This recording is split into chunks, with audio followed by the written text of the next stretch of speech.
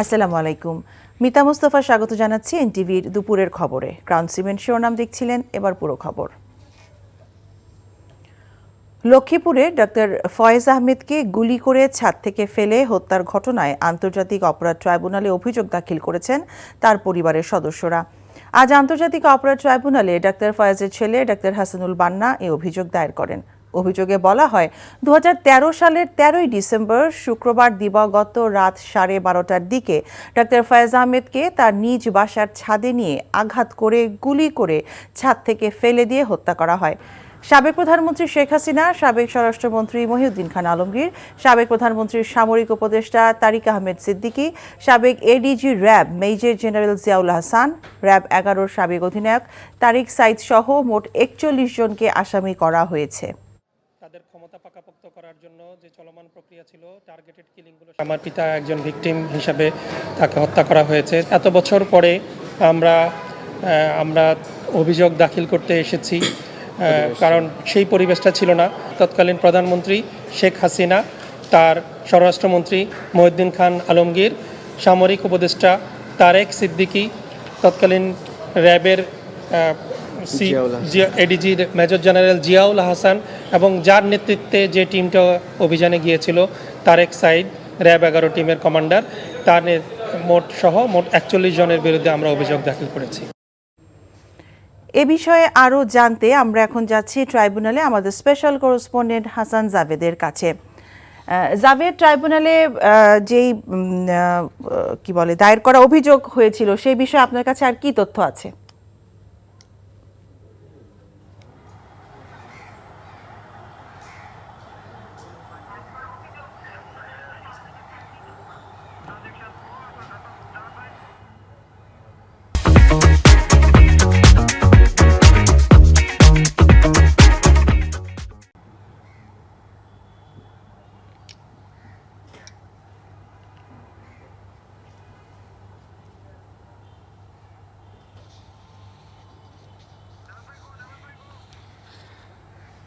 আজকে আন্তর্জাতিক অপরাধ ট্রাইব্যুনালে কয়েকটি ঘটনা ঘটেছে। তার মধ্যে দুটি অর্ডার দিয়েছে বিচারপতি গোলাম মুর্তজা মজুমদারের নেতৃত্বাধীন 3 সদস্যের যে ট্রাইব্যুনাল। প্রথমটি হচ্ছে যে বিটিআরসি এবং এনটিআরসিকে যেই আদেশটি দিয়েছে সেটা হচ্ছে যে জুলাই আগস্ট গণ অভ্যুত্থানে যেসব ডিজিটাল কন্টেন্ট ওই ঘটনার প্রেক্ষিতে হয়েছে সেগুলি যেন সংরক্ষণে রাখে, যাতে প্রসিকিউশন তদন্ত সংস্থা চাইলে সাথে সাথে দিতে পারে। কারণ একটা ঘটনার প্রেক্ষিতে অনেক তথ্য-উপাত্ত যখন আস্তে আস্তে ইরেজ হতে থাকে, সেই ঘটনা যেন না ঘটে, জুলাই আগস্টের ঘটনার তথ্য-উপাত্ত যাতে মুছে না যায়, সেই জন্য বিটিআরসি এবং এনটিআরসিকে এই আদেশটা দিয়েছে ট্রাইব্যুনাল। একই সাথে যতগুলি মোবাইল অপারেটর আছে তাদেরকেও একটা নির্দেশনা দিয়েছে। সেই নির্দেশনাটা হচ্ছে তদন্ত সংস্থা ট্রাইব্যুনালে তারা যখন যেই তথ্য-উপাত্ত ওই ঘটনার সময়কার কল রেকর্ড, ভিডিও কল, যা যা দরকার তারা যখন চাবে তারা সেটা দিতে এই মোবাইল ফোন অপারেটরগুলি বাধ্য থাকিবে। এবং এই ব্যাপারে চিফ প্রসিকিউটর যেটি বলেছেন যে আন্তর্জাতিক অপরাধ ট্রাইব্যুনালের আইনেই আছে যে যখনই প্রসিকিউশন বা তদন্ত সংস্থা কোনো কিছু চাবে, যে কোনো সংস্থার কাছে যখন যেটা চাবে তারা সেটা দিতে বাধ্য থাকিবে। তারপরেও আজকে ট্রাইব্যুনালের মাধ্যমে তারা এই আদেশটি নিয়েছেন। আর এছাড়া আজকে লক্ষ্মীপুরের জামায়াতের যে সাবেক নেতা নায়েবে আমির ডাক্তার ফয়েজ আহমেদ, ওনাকে গুলি করে 2013 সালে যে হত্যা করা হয়েছিল ছাদ থেকে, সেই ঘটনায় তার ছেলে, বড় ছেলে ডাক্তার মান্না বাদী হয়ে আজকে ট্রাইব্যুনালে অভিযোগ করেছেন। সাবেক প্রধানমন্ত্রী শেখ হাসিনা, সাবেক স্বরাষ্ট্রমন্ত্রী সহ 41 জনকে এই অভিযোগে তারা আসামি করেছেন এবং তারা বলেছেন যে সেই সময় মামলা করার বা অভিযোগ দায়ের করার কোনো সুযোগ তাদের ছিল না। তাই এত বছর পরে এসে তারা ন্যায় বিচার পেতে এই ট্রাইব্যুনালে অভিযোগ দাখিল করেছেন এবং তারা বলেছেন যে ন্যায় বিচার তারা প্রত্যাশা করছেন। আর এছাড়া শহীদ যে মুগ্ধ, যে ওই আন্দোলনের সময় যে পানি লাগবে পানি বলে যে ছেলেটি রাস্তায় ছিল গণ আন্দোলনে, গণ অভ্যুত্থানে যে ছেলেটিকে হত্যা করা হয়েছিল, সেই তার পরিবারও এখানে এসেছে একটি অভিযোগ দাখিল করার জন্য। তারা এখন এখানে অবস্থান করছেন। তারা অভিযোগ দাখিল করে পরবর্তীতে যখন কথা বলবে আমরা বুঝতে পারবো যে তারা কাকে এই অভিযোগে আসামি করেছে, কতজনকে করেছে এবং তারা কি বলছেন। তো এই জন্য আমরা এখন এখানে অপেক্ষা করছি। এই হচ্ছে ট্রাইব্যুনালের সব তথ্যপত্র এখন পর্যন্ত। এতক্ষণ ট্রাইব্যুনাল থেকে শুনছিলাম সেখানকার সবশেষ খবর। জুলাই ঘোষণাপত্র প্রণয়নের প্রস্তুতির অংশ হিসেবে রাজনৈতিক দলগুলোর প্রতিনিধিদের সাথে আজ বৈঠক করবেন প্রধান উপদেষ্টা ডক্টর মোহাম্মদ ইউনূস। রাজধানীর ফরেন সার্ভিস একাডেমিতে সর্বদলীয় এই বৈঠক বিকেল 4টায় শুরু হওয়ার কথা রয়েছে। বুধবার প্রধান উপদেষ্টার কার্যালয়ে দেয়া বার্তায় বলা হয়, এই বৈঠকে ডক্টর মোহাম্মদ ইউনূস ছাড়াও অংশ নেবেন উপদেষ্টা পরিষদের সদস্যরা। তবে কোন কোন রাজনৈতিক দল আজকের বৈঠকে অংশ নিচ্ছে তা এখনো জানা যায়নি। প্রধান উপদেষ্টার ডাকা সর্বদলীয় এই বৈঠকে অংশগ্রহণ করা না করা নিয়ে এখনও চূড়ান্ত সিদ্ধান্ত নেয়নি বিএনপি। দলের স্থায়ী কমিটির সদস্য সালাউদ্দিন আহমেদ জানিয়েছেন, বিএনপির শীর্ষ পর্যায়ে বিষয়টি নিয়ে আলোচনা চলছে। ছাত্র জনতার গণ অভ্যুত্থান নিয়ে ঘোষণাপত্র তৈরির অংশ হিসেবে সর্বদলীয় এই বৈঠক আয়োজনের কথা মঙ্গলবার জানিয়েছিলেন উপদেষ্টা মাহফুজ আলম। ঘোষণাপত্র চূড়ান্ত করার পাশাপাশি এটি প্রকাশের সময় নিয়েও এই বৈঠকে আলোচনা হওয়ার কথা রয়েছে। দীর্ঘ 17 বছর পর কারাগার থেকে মুক্তি পেলেন সাবেক স্বরাষ্ট্র প্রতিমন্ত্রী লুৎফুজ্জামান বাবর। কিছুক্ষণ আগে কেরানীগঞ্জ কেন্দ্রীয় কারাগার থেকে মুক্তি পান তিনি। মঙ্গলবার বহুল আলোচিত 10 ট্রাক অস্ত্র চোরাচালান মামলায় যাবজ্জীবন কারাদণ্ডের সাজা থেকে খালাস পান লুৎফুজ্জামান বাবর। বিচারপতি মোস্তফা জামান ইসলাম এবং বিচারপতি নাসরিন আক্তারের দ্বৈত বেঞ্চ এই রায় দেন। এই মামলায় খালাস পাওয়ার মাধ্যমে সব মামলা থেকে মুক্তি লাভ করলেন বাবর। ফলে বাবরের কারামুক্তিতে আর কোনো বাধা ছিল না। এদিকে বাবরের মুক্তি পাওয়ার খবরে বিপুল সংখ্যক নেতাকর্মী কারাগারের সামনে অবস্থান করছেন।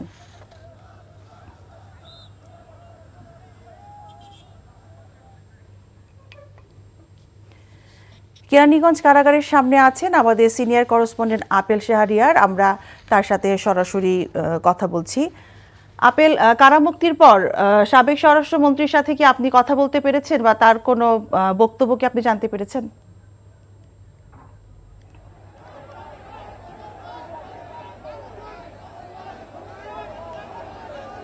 সাবেক স্বরাষ্ট্র প্রতিমন্ত্রী লুৎফুজ্জামান বাবর 1টা 50 মিনিটে তিনি মুক্ত হয়েছেন। আমি যদি সরাসরি এখন দেখাই, তিনি কিন্তু একদম মানে মূল যে গেট এসে বাহিরে, সেই গেটের সামনেই তিনি আসছেন এবং তার নেতাকর্মীদেরকে যদি বলি, অসংখ্য মানুষের ঢল, নেতাকর্মীরা আসলে গেট ভেঙে তারা কিন্তু সামনে চলে আসছে তার গাড়ির সামনে এবং এখন লুৎফুজ্জামান বাবর নেতাকর্মীদের সাথে কুশল বিনিময় করছেন, কথা বলছেন। একটি অন্য ধরনের হৃদয় বিদারক ঘটনাও যদি আমি বলি, প্রায় 17 বছর তিনি কারাগারে ছিলেন বন্দী এবং তার যে মামলাগুলো দেওয়া হয়েছিল, 21শে আগস্ট গ্রেনেড হামলা মামলা, 10 ট্রাক অস্ত্র মামলা সহ দুর্নীতি যে মামলাগুলো রয়েছে, সবগুলো থেকে তিনি খালাস পেয়েছেন এবং সবশেষ যে মামলাটি ছিল 10 ট্রাক অস্ত্র মামলা, সেটিও তিনি মঙ্গলবার খালাস পাওয়ার পরও এই 2টা দিন একটু সময় লাগার কারণটা হচ্ছে যে কাগজপত্র, যে নথিপত্রগুলো ছিল সেগুলো আসলে একটু সংগ্রহ করতে কিছুটা সময় লেগেছে বলে তার আইনজীবীরা জানিয়েছেন। এই জন্য কিছুটা বিলম্ব। আপনি হয়তো বা দেখতে পাচ্ছেন অসংখ্য নেতাকর্মীরা তাকে ঘিরে ধরেছে এবং তার সঙ্গে কথা বলছেন। লুৎফুজ্জামান বাবর তিনিও কথা বলছেন। তো সব মিলে বলে রাখি যে সকাল থেকেই কিন্তু এখানে নেতাকর্মীরা এবং শুভানুধ্যায়ী যারা রয়েছেন তারা কিন্তু এখানে এসেছেন, অপেক্ষা করছেন এই সময়টির জন্য, অর্থাৎ কখন তিনি কারাগার থেকে বের হবেন। তবে সব মিলে বলে রাখি যে কারা কর্তৃপক্ষের সঙ্গে আমি কথা বললাম, তিনি যেটি বলেছেন যে আনুষ্ঠানিকতা তো এর মধ্যে শেষ হয়ে গেছে। আগেও উনি চলে আসতে পারতেন, কিন্তু উনি নাকি সিদ্ধান্ত নিয়েছেন যে জোহরের নামাজটি তিনি পড়বেন, জোহরের নামাজ পড়ার শেষে তিনি বের হবেন। এই জন্য নামাজ পড়েই তিনি আসলে যে বের হয়েছেন। আসলে তার বের হওয়াটা অনেকটাই কঠিন হবে। আপনি সামনে যে আমার ক্যামেরার সামনে যে দেখছেন, তারা অসংখ্য নেতাকর্মীরা তাকে ঘিরে ধরেছে এবং বাইরেও কিন্তু হাজার হাজার মানুষ অর্থাৎ তাকে এক নজর দেখার জন্য। অর্থাৎ তার পরিবারবর্গের সঙ্গে আমি কথা বলেছি। অর্থাৎ তার যে আজকের যে শিডিউল যদি আমি বলি, এখান থেকে উনি সরাসরি বিএনপির প্রতিষ্ঠাতা জিয়াউর রহমানের মাজারে যাবেন এবং সেখানে তিনি মাজার জিয়ারত করার পরে সেখান থেকে তার যে মা মারা গিয়েছেন, অর্থাৎ তার মায়ের কবর বনানী কবরস্থানে তিনি যাবেন, তারপরে তিনি তার বাসায় ফিরে যাবেন। তো বলে রাখি যে এখন আমরা এখানে অবস্থান করছি। আর আপনি যেটি বললেন যে তার সঙ্গে কথা বলার সুযোগ হয়েছে কিনা, যে আপনি দেখতে পাচ্ছেন যে অসংখ্য নেতাকর্মী তাকে ঘিরে ধরেছে। অর্থাৎ আমরাও চেষ্টা করছি, গণমাধ্যম কর্মীরা যারা আমরা আছি, আমরা অবশ্যই তার অনুভূতি নেওয়ার চেষ্টা করব। কেননা 17 বছর তিনি কারাভোগ করেছেন এবং সবশেষ যে মামলাগুলোতে তাকে জড়ানো হয়েছিল সবগুলোতেই তিনি খালাস পেয়েছেন। অর্থাৎ তার তো অনুভূতি অবশ্যই জানার আমরা চেষ্টা করব। এখানে আমরা অপেক্ষায় রয়েছি এবং তার যে আইনজীবী, তার সঙ্গে কথা বলে তিনি জানিয়েছেন যে তিনি কিন্তু অনেক কষ্ট করেছেন। অর্থাৎ তিনি কিন্তু সুযোগ পেতেন এসব মামলা থেকে আসলে মুক্ত হওয়ার জন্য, যদি না তিনি যদি একটু সহায়তা করতেন। অর্থাৎ আওয়ামী লীগ আমলের যে রাষ্ট্রপক্ষের আইনজীবীরা তাকে বারবার অনুরোধ জানিয়েছিলেন যে 21শে আগস্ট গ্রেনেড হামলা মামলা এবং 10 ট্রাক যে অস্ত্র মামলা রয়েছে, এই মামলাগুলোতে যদি সাবেক প্রধানমন্ত্রী খালেদা জিয়া এবং বিএনপির ভারপ্রাপ্ত চেয়ারম্যান তারেক রহমানকে যদি জড়ানো যায় এবং তিনি যদি তাদের বিষয়ে বলেন, তাহলে অত সেই আসামির জায়গা থেকে তার নামটি কেটে তাকে সাক্ষী করা হবে, এরকম কিন্তু তাকে অনেক কথা বলা হয়েছিল। তবে সবশেষ তিনি সেগুলো রাখেননি, তিনি তার অবস্থানে অটুট ছিলেন। তারপর তিনি জানতেন, তার আইনজীবীর সাথে যখন তার কথা হয়েছে, আইনজীবীরা বলেছে তিনি জানতেন যে কোনো না কোনো দিন হয়তোবা তিনি ন্যায় বিচার পাবেন, সেই অপেক্ষায় ছিলেন।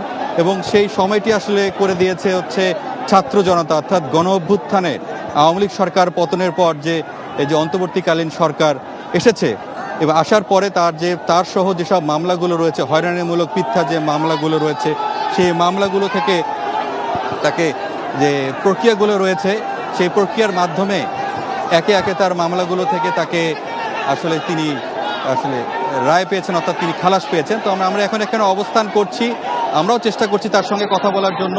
সবশেষ তার অনুভূতি, অর্থাৎ 17 বছর কারাভোগের পর তিনি বের হয়েছেন, তার অনুভূতি অবশ্যই আমরা দর্শকদের জানিয়ে দেব।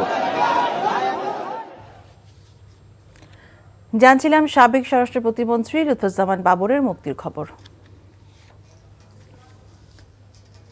জামায়াতে ইসলামী বাংলাদেশের আমির ডাক্তার শফিকুর রহমান বলেছেন, জনগণ বা দেশের স্বার্থে নয়, নিজেদের ভাগ্য উন্নয়নের জন্য আওয়ামী লীগ ক্ষমতায় এসেছিল। দুপুরে মাগুরা শহরের ঐতিহাসিক নোমানী ময়দানে জামায়াতের কর্মী সমাবেশে তিনি কথা বলেন। সমাবেশে সভাপতিত্ব করেন মাগুরা জেলা জামায়াতের আমির অধ্যাপক MB বাকের। তিনি বলেন, বিগত সরকার লুটপাট করে দেশ থেকে 1 লক্ষ কোটি টাকা বিদেশে পাচার করেছে। জামায়াত ইসলামী ক্ষমতায় আসলে দেশে সুশাসন প্রতিষ্ঠা করা হবে।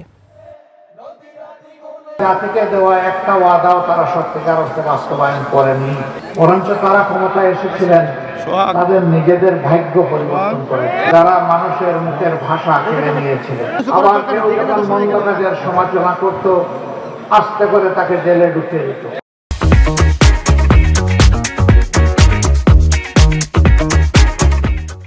ব্যবসায়ীদের দাবির প্রেক্ষিতে রেস্তোরাঁ খাতে আগের মতোই 5% ভ্যাট কার্যকরের সিদ্ধান্ত নিয়েছে এনবিআর। আজ এনবিআর এবং রেস্তোরাঁ মালিকদের মধ্যে বৈঠকে এই সিদ্ধান্ত নেওয়া হয়। আগামীকালের মধ্যে এই সংক্রান্ত প্রজ্ঞাপন জারি করা হবে বলে জানিয়েছেন উপকমিশনার ব্যারিস্টার বদরুজ্জামান মুন্সি। এদিকে পূর্ব ঘোষণা অনুযায়ী আজ সকালে বাংলাদেশ রেস্তোরাঁ মালিক সমিতির ডাকে কয়েকশো ব্যবসায়ী এনবিআরের সামনে মানববন্ধন করেন। এ সময় তারা আগের হারে ভ্যাট আদায়ের সরকারি সিদ্ধান্তে সাধুবাদ জানিয়ে রেস্তোরাঁ খাতে 10% এসডি প্রত্যাহার সহ সকল অনিয়ম এবং হয়রানি বন্ধের দাবি জানান। সেই সাথে ভ্যাট এবং ট্যাক্স প্রক্রিয়া সহজীকরণ সহ আগামী অর্থবছরে 5% থেকে কমিয়ে ভ্যাট 3% করার দাবি জানান রেস্তোরাঁ মালিকরা। সরকার পূর্বের 5% ভ্যাট বহাল রেখেছেন, কিন্তু আমরা এখন পর্যন্ত কোনো প্রজ্ঞাপন বা কোনো কিছু পাইনি। কিন্তু যদি করে থাকেন তাহলে আমরা সাধুবাদ জানাচ্ছি।